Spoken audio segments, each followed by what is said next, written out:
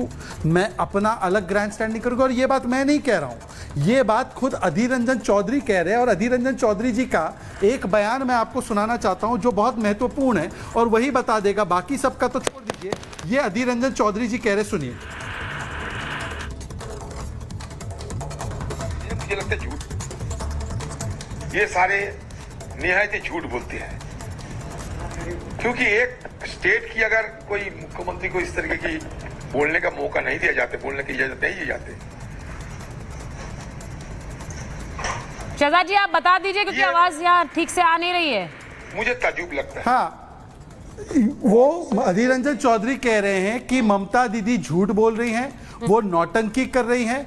और मैं आपको एक और बात बता दूं, टीएमसी के एक सांसद के पति ने, जो कि एक तथाकथित पत्रकार भी है, उन्होंने भी कल बता दिया कि ममता दीदी कल मीटिंग में जाकर वहां से वॉकआउट कर देगी ताकि वो माहौल अपने तरफ बना सके। अच्छा। उस पत्रकार का, तथाकथित पत्रकार का मैं नाम भी ले सकता हूं, राजदीप सरदेसाई, उनकी पत्नी है सागरिका घोष, वो सांसद है। तो मैं पूछना चाहता हूं कि ये स्क्रिप्टेड ड्रामा केवल इसलिए किया गया ताकि अपने आप को इंडी अलायंस में नेता के रूप में प्रतिस्थापित करके राहुल गांधी को पीछे किया जाए, परंतु इसमें नुकसान वेस्ट बंगाल की जनता का हुआ। और मैं तो हमेशा कहता हूं, इनको बजट से प्रॉब्लम नहीं है, इनको नीति आयोग से प्रॉब्लम नहीं है, हाँ। इनको बजट बनाने वाले अर्थात मोदी जी से प्रॉब्लम है। और मोदी के सामने कौन लड़ाई लड़ते दिखेगा विपक्ष के चेहरे के रूप में, यह पूरी लड़ाई है। अपने बीच की प्रतिस्पर्धा के चक्कर में नीति आयोग जैसे प्लेटफॉर्म को राजनीति का अखाड़ा बनाया। नहीं, ये तो बहुत बड़ी बात आपने कह दी है कि स्क्रिप्टेड ड्रामा है। आपने ये कह दिया कि अपने आप को इंडिया अलायंस की नेता के रूप में वो स्थापित करना चाह रही है।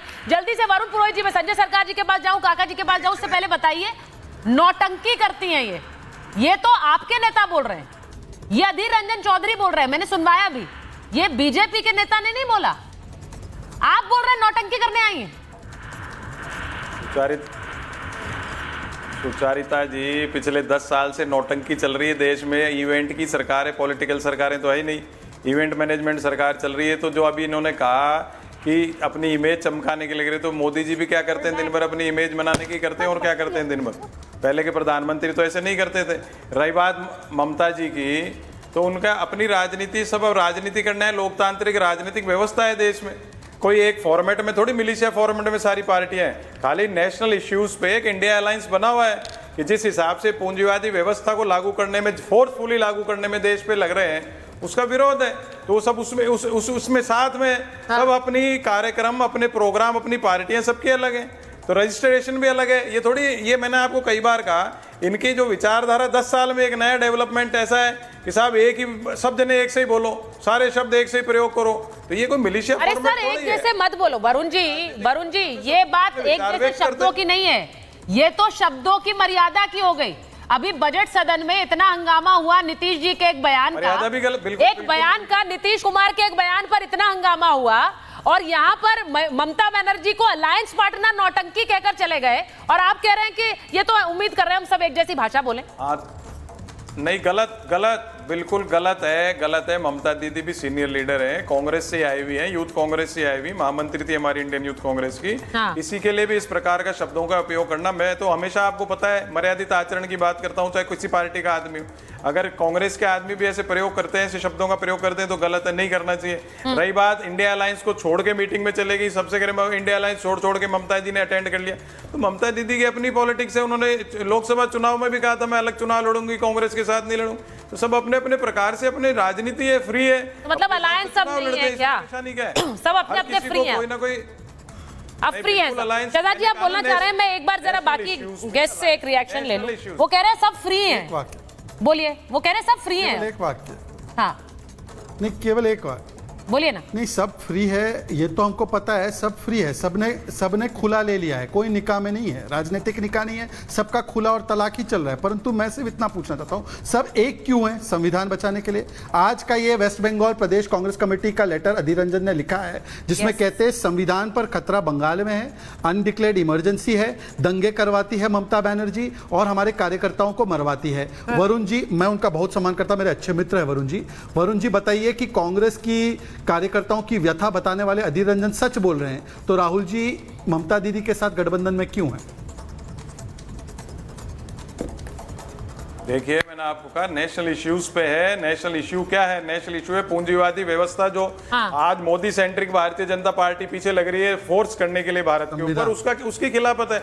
रही बात वर्कर्स की, तो वो तो मैंने कई बार कहा कि अगर वर्कर्स की कोई से होती पार्टी के अंदर तो 99 क्यों आती थी, 299 399 सीटें आती इस समय। आपको याद होगा सुचरिता जी, मैंने सब डिबेट में कहा मोदी जी का ग्लैमर रहा नहीं, विपक्ष का ग्लैमर बना नहीं, इसलिए चुनाव की बात 4 जून को मैंने उसके पहले भी कई बार डिबेट्स में कहा है, अगर मजबूती से विपक्ष लड़ता है तो मोदी जी की 40। आप क्यों कहते हैं विपक्ष का ग्लैमर बना नहीं है? काका जी बैठे हुए हैं, वो अभी बताएंगे समाजवादी पार्टी का कितना ग्लैमर बना है। आप बोल रहे हैं ऐसे, काका जी से पूछूंगी तो वो बता देंगे अभी, और वो सबसे बड़े अलायंस पार्टनर हैं इस पूरे उसमें, इस गठबंधन में, ये भी वो मानते हैं। काका जी मैं गलत कह रही हूँ, लेकिन संविधान वाली बात पर आऊंगी। आपने तो संविधान ऑफिस में स्थापित कर दिया समाजवादी पार्टी के, लेकिन यहाँ जो शहजाद जी पूछ रहे हैं, संविधान का हवाला देकर लेटर लिख दिया है अधीर रंजन चौधरी ने कि संविधान का हनन कर रही है ममता बनर्जी। वहां पर आप लोग कुछ नहीं बोलते हैं, वहां बिल्कुल चुप रहते हैं, यहाँ बहिष्कार करते हैं, बैठक में नहीं जाएंगे।